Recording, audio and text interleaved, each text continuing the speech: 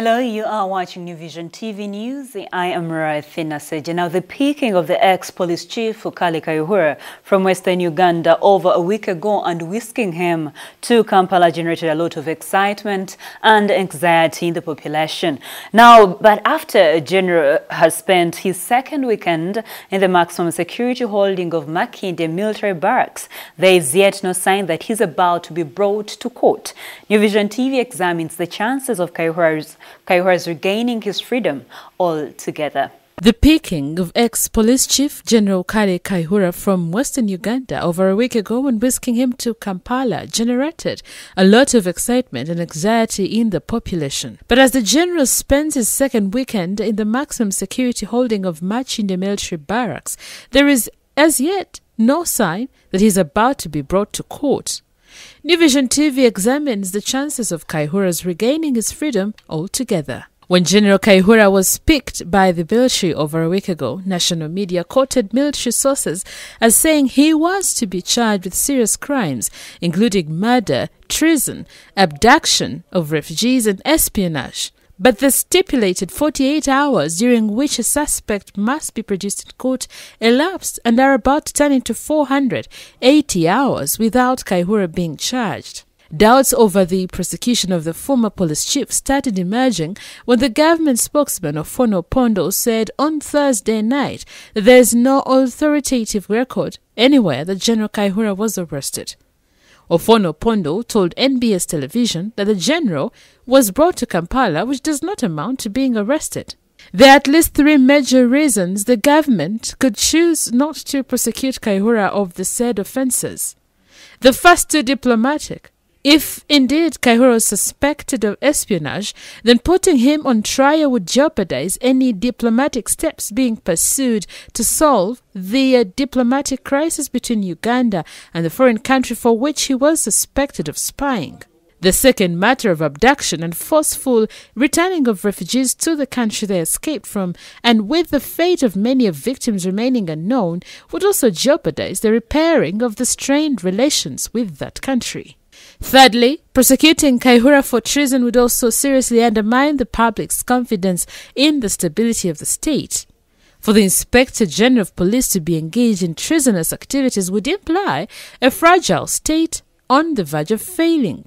Fourthly, prosecuting Kayihura for murder would not just affect him, it would also dent the credibility of the government and Parliament's Appointments Committee that have appointed him and vetted him for a record 5 times.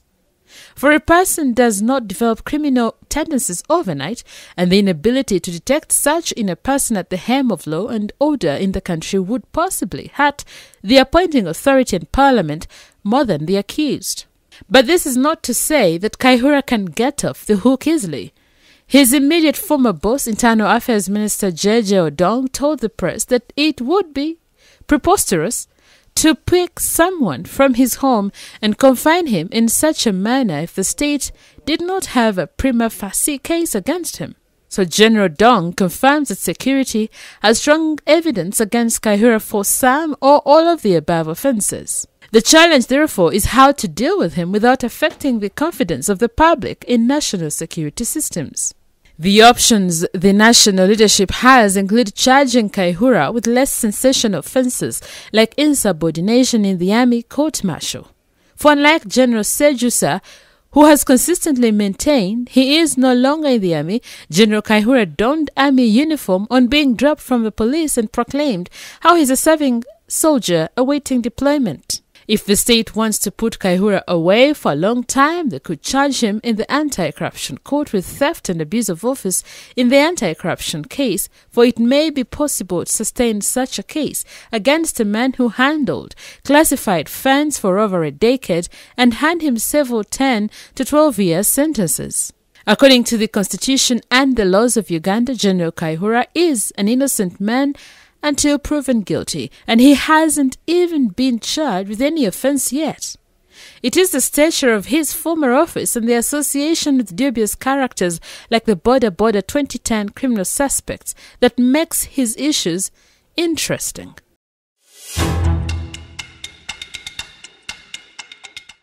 Moving on, the Makerere University Academic Staff Association has accused the Vice-Chancellor, Professor Barnabas Nawangwe, of threatening them for speaking out against the irregularities in the university management.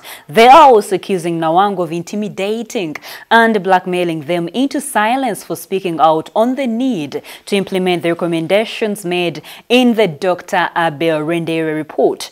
President Yoweri Museveni in 2016 appointed a team headed by Abel Rendere to make a situation analysis of the root causes of strikes and financial woes at the university. The team made several recommendations, including streamlining of procedures for the results management systems, clearly articulating each one's roles and responsibilities, and the need for a minimum requirement for every academic staff in terms of research output. Speaking at a press conference on Saturday at the university's guest house, Deus Muhwezi, the Mwasa chairperson, said Nawangwe is harassing and intimidating members of the academic staff for his issues affecting the university.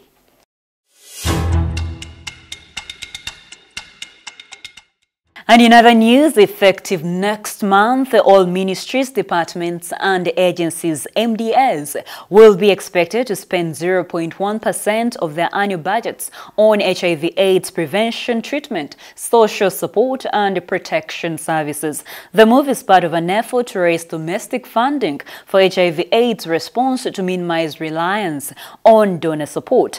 The Uganda AIDS Commission say the Finance Ministry recently published a statement indicating that all MDAs would each year allocate 0.1% of their budgets to HIV/AIDS activities for their employees and communities where they operate.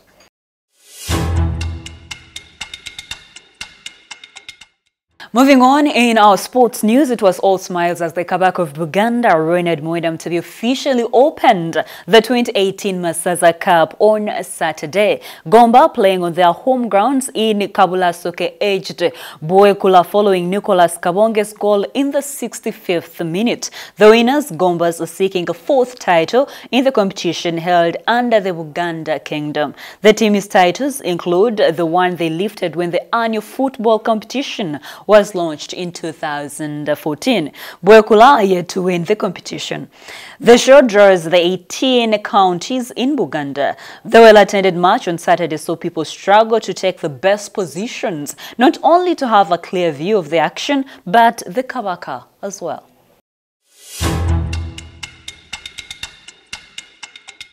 You're still watching New Vision TV, and in our Daily Pearl of Africa series, we look at the refreshing site of the Makshin Falls. Now, the Makshin Falls are also referred to as the Kabalega Falls. These falls are located on the Great River Nile between Lake Kyoga and Lake Albert. These falls are located within the Makshin Falls National Park, which are actually named after these eye-catching waterfalls. Most visitors look forward to seeing hippos, gorillas, giraffes, and crocodiles that harbor in the Makshin Falls and also in the park. Let's take a look. Speechless is what you would become when you visit the Makshin Falls. Its beautiful view, ranging from the wide flowing waters hitting the rocks back and forth to the evergreen vegetation lying on the rocks. The falls are surrounded by the vegetation and animals in the Makshin Falls National Park.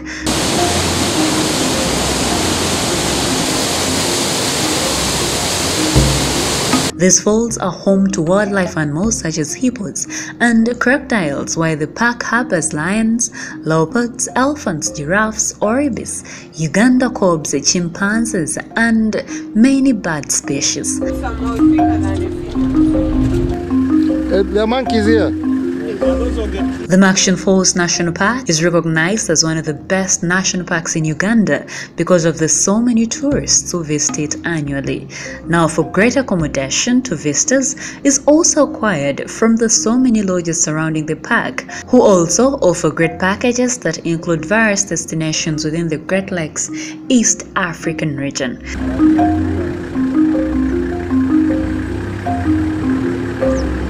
Now, accessing the park is by means of road, which takes about 5 hours from Kampala.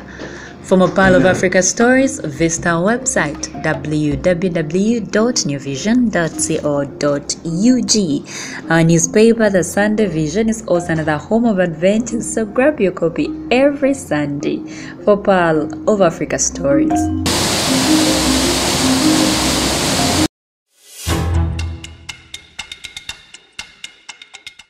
And that's all I had for you. Thank you for watching. Be sure to catch more news updates and other programs here on New Vision TV by visiting our website www.newvision.co.ug/video. I am Ruthi Naseje.